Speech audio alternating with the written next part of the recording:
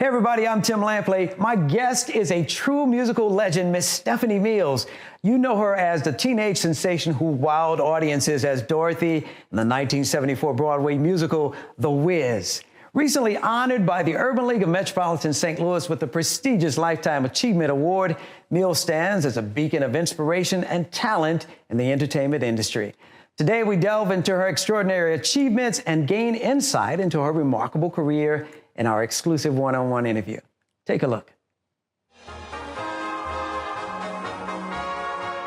It was in 1968 when Stephanie Mills got her professional start performing the role of Pansy in the Broadway musical Maggie Flynn.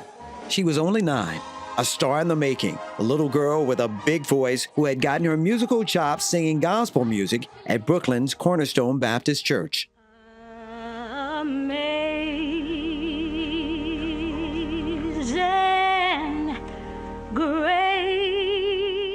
She was born Stephanie Dorothea Mills, the 5th of 6 children in Queens, New York, to Joseph and Christine Mills. In 1974, Stephanie eased into the biggest role of her career as Dorothy, the lead character in The Wiz, a soulful rendition of The Wizard of Oz.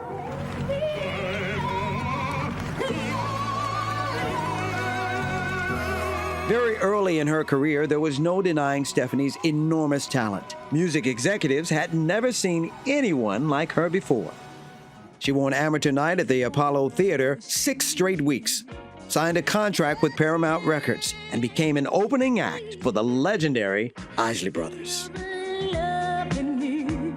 After navigating from stage to studio, Stephanie got her first gold record in 1979 while at 20th Century Fox Records with What You Gonna Do With My Lovin'.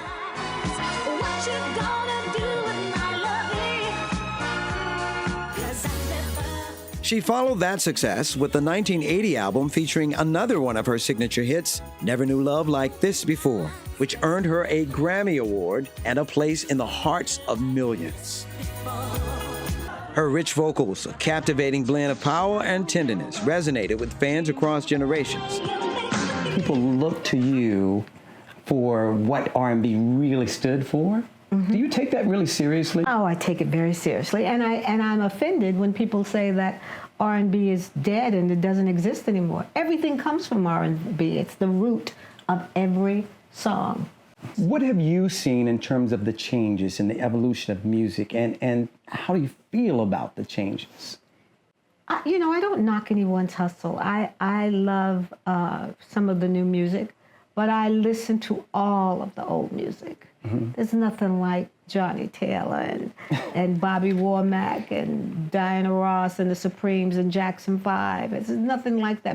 Aretha Franklin, Donny Hathaway, Marvin Gaye. There's nothing like that music, Motown music.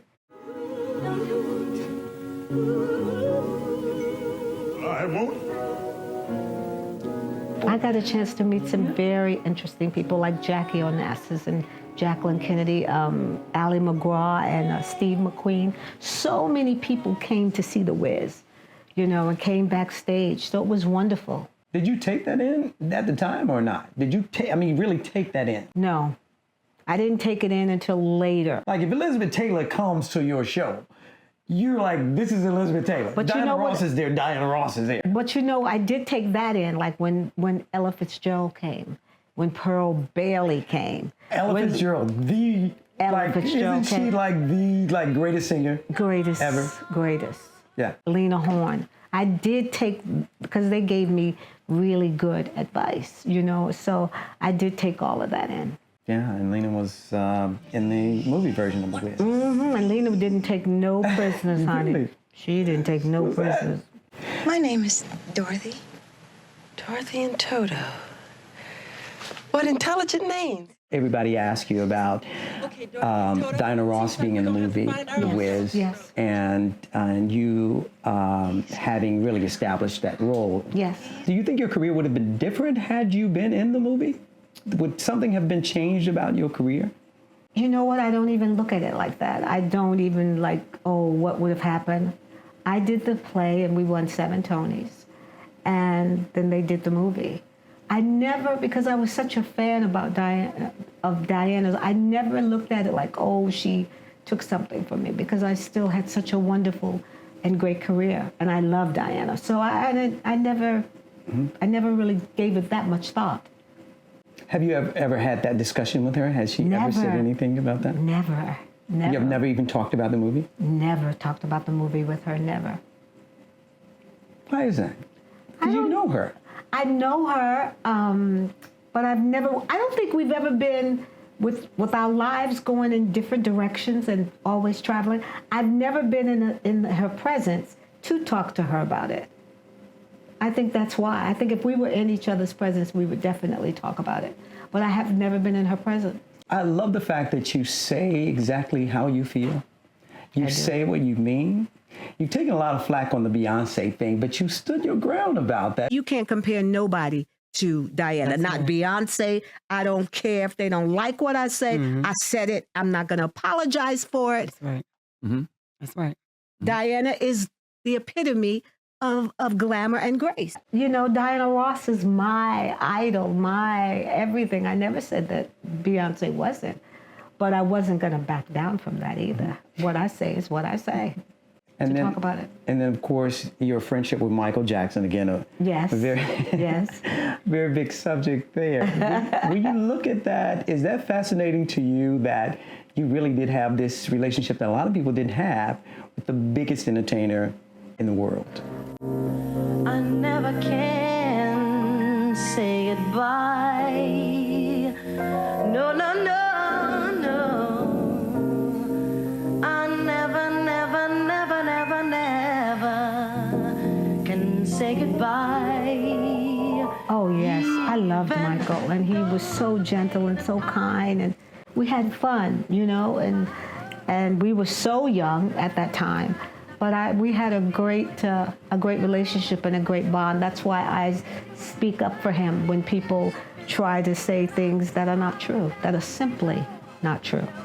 He's not here to protect himself. He's not here to speak up for himself. So I speak up for him.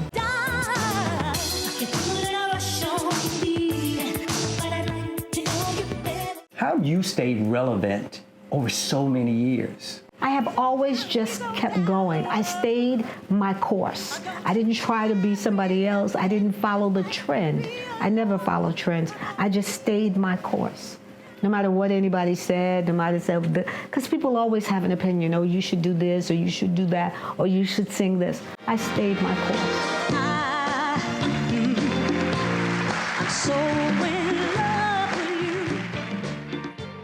you. So you have to have talent to sustain your career. You really do. And even though my peers, you know, so many of them are not here, you know, Michael and Prince and Whitney, and I'm glad that I've survived, because this is not an easy business to survive, because you have so many people that want to be in your ear and telling you should do this and don't do that, or, you know, just trying to point you down a road that is not healthy for you. But I've never been one to hang out, and I've always known when to leave the party. There are several people that I've interviewed that Christopher Williams. Yes. Your buddy at one time. Yes. I've interviewed Peebo, and we talked about you doing Feel the Fire. Feel the Fire. I told him there's nobody who can do that like him. Right. Except you. I said, there's nobody who can tackle that song. Feel the fire.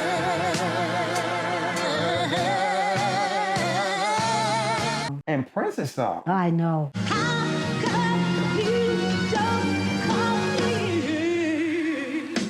I loved Prince. Did you know him well? I didn't know him well, but I knew him, and when they were honoring him at the Soul Train Awards, he called me personally and wanted me to sing "How Come You Don't Call Me Anymore." So he called me like the night before, and I put myself together. Like what?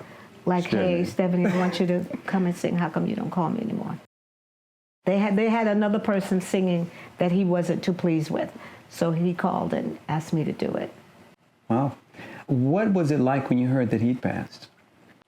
Terrible. It's shocking, terrible. wasn't it? It's shocking. It's terrible. It's emotional, because you don't expect it. I didn't expect him to die from drugs, and then the way they found him in the elevator and his clothes on backwards and all of that. You never really know what happens to a person if someone wasn't there. Yeah. What's next for Stephanie Mills? Oh, I'm going to write a book. Finally? Is it an Finally. autobiography? It's not going to be, certain things are going to go with me to my grave, but it's going to be very interesting about the business and how I grew up in the business and things that happened and all of that. You have a history that a lot of people don't have, and they really would like to know what your perspective was in that journey. Yes, that's what I'm going to tell. Starting at 11 or 8? No, I got baptized in church at 7, and then I did the Apollo. I went 6 weeks at the Apollo, and then I went right into Maggie Flynn, the Broadway, and that lasted on Broadway for about 9 months. And then I had a record out, and then that's how Ken Harper heard about me. Then I did the Electric Company and Captain Kangaroo and all those shows in between that, and then came The Wiz. Are you going to be on tour? Are you releasing more music? What else? I'm going to be on tour next year, and I am going to release some music. What can we expect from like a new album? I don't think I'm going to do a new album. I may do just like 4 songs. We call it EP now? It's called Just an EP, but it's going to be R&B, straight up R&B. Yeah. St. Louis loves you, and thank you so much for the interview. Thank you for being here. It's a lovely meeting you. I can tell you that. Thank you so much. It's very nice meeting you. That's all. There we go. Oh. Thanks so much. Mwah. Thank you. All right, that's it. All right.